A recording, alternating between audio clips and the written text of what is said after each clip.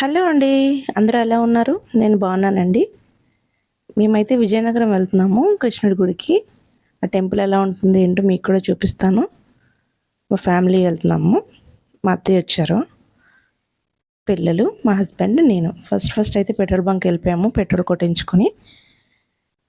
Journey అంటే మాకు చాలా ఇష్టం అండి. కానీ ఎక్కువ దూరం కాదు, మేము ఉండే చోట నుంచి 1 అవర్ పడుతుంది అన్నమాట. అప్పట్లో లేవండి రూట్స్ అన్నీ కూడా మార్చేశారు.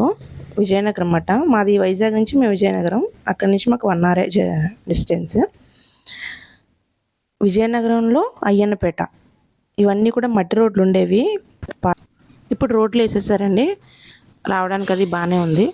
చూసారు ఇక్కడ ఎంట్రన్స్లో శేషతల్పమై నిద్రిస్తున్న విష్ణుమూర్తి, లక్ష్మీదేవి.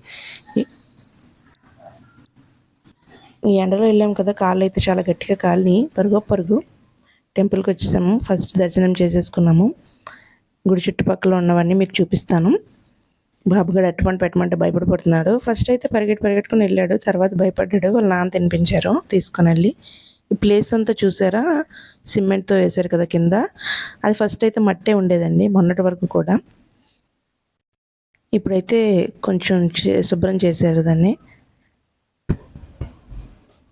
అది ఖాళీ ప్లేస్ ఉంది కదా, అక్కడ గుండ్లు మొక్కుబడులు అని చెల్లించుకుంటారండి. ఈ నూతిలో ఎప్పుడు కూడా తాబేళ్ళు ఉండేవి, ఈసారి లేవు, కనపడలేదు. చాలా ఎక్కువ తాబేళ్ళు ఉండేవి అన్నమాట. ఎండ కదండి, ఇంకేముంటాయి.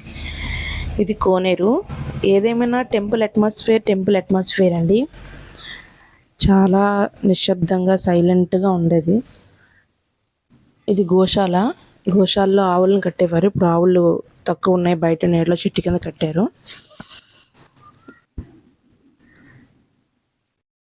ప్లేస్ అని చెప్పి ఇదిగోండి మీకు చూపించాలనుకున్న ఈ చెట్టు. దీని పేరు సమ్ ఏదో నాకు తెలీదు, నేను మర్చిపోయాను. చూడండి, ఇది ఏం పేరో మీకు తెలిస్తే కొంచెం నాకు కామెంట్ పెట్టండి. ఇదైతే సేమ్ శివలింగానికి కింద ఉంటే శివలింగం మీద పాములు, సర్పాలు పడగలెత్తినట్టు ఉంది. ఇది నాగాసం ఏదో పేరుతో వస్తుందండి, నాకైతే గుర్తులేదు. ఎండ కదా, ఇంకా లస్సీ తీసేసుకున్నాము, రిటర్న్ అయిపోతాము. వీడియో నచ్చినట్లయితే లైక్ చేసి సబ్స్క్రైబ్ చేసుకోండి. Bye bye.